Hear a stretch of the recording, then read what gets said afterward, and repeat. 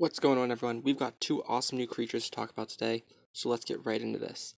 First up, we have Telios, Erstwhile Guardian. She's a blue 4 creature, and we've actually seen her artwork before if you were following the art releases every day. So I wasn't expecting her to be a blue card, but based on her effect, she really fits in with the rest of that color. So her first effect is when this creature's attack deals damage to a creature or fort, you may siphon 2. If you do, choose an opposing creature and put it to rest. So, essentially, when it deals damage, you can put another creature to rest. So, your next attack wouldn't be able to be blocked if you chose a creature out of fort that you plan on attacking after this creature. So, the only downside to this is that it doesn't activate right away. Like, it's not like you can put a creature to rest and then attack with her. So, she could be a little bit better, but she still is a really good card. So she is a 3/5, so she probably won't be destroying any of the bigger creatures, but the effect is when it deals damage to a creature or fort. So even if you don't kill a creature, you can still use her effect, which I think is awesome. And with her 5 endurance, she probably won't be dying during that attack as well. So then the other part of that cost is that you have to siphon 2. So you have to reduce the value of one of your dice by 2, which early on that might be a big drawback, but after you lose one of your forts, all you have to do is target that dice that is at a destroyed fort and siphon that dice, because that value doesn't exactly matter unless you're using a spell card or something that references the dice. But anyways, her second effect is when she is blue Dragocrossed, at the end of each turn, this creature stands. So essentially she can attack and then block again on your opponent's turn, which I've been waiting for a card with this effect, and I guess the blue color does really suit that. I just wish that it wasn't a Dragocross ability. I wish it was her natural ability, but I still think it's pretty good. She is a rare in the actual pack, so I think both of her effects work well together because you can put the dice, or you can use her effect when you attack to siphon 2 from the dice that you're using to Dragocross her. So essentially you're not going minus with the siphon.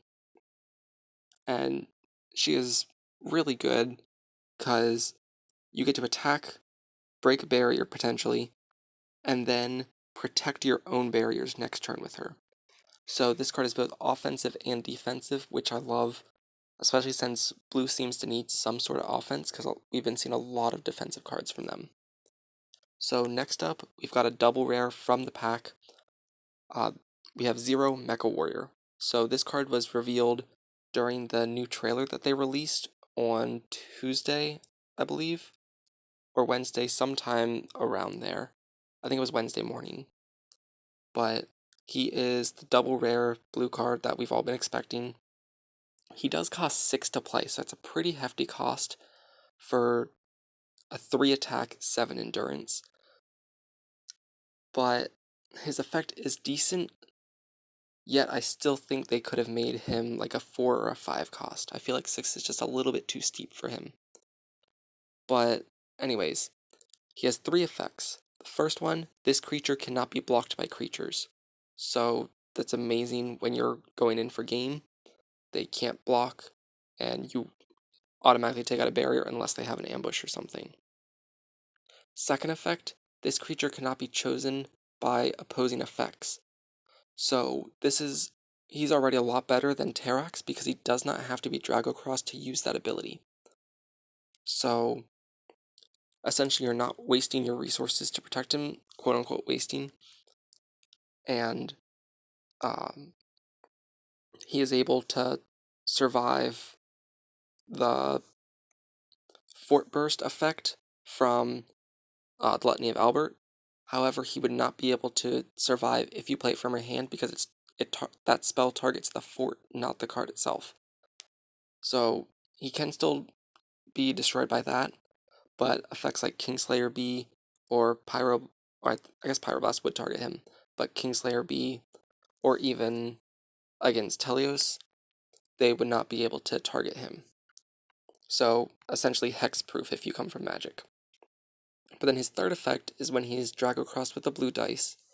When this creature's attack deals damage to a fort, you may choose an opposing creature and return it to its owner's hand.